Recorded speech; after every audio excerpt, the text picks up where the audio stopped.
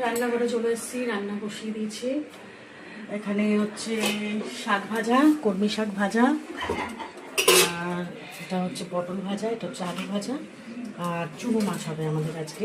চুনো মাছ, আলু ভাজা করবো, কাঁচা আছে ছেলের জন্য। আর চুনো মাছ, আলু আর ডাটা দিয়ে আমি সব কেটে টেটে গুছিয়ে নিয়েছি। টমেটো, পেঁয়াজ, এবার শুরু করবো। হ্যাঁ, মাছটা ভাজা করবো আর আলুটা ভাজা করবো। পটল ভাজা হয়ে গেছে, ভুল বলে ফেলেছি। আচ্ছা, ঠিক।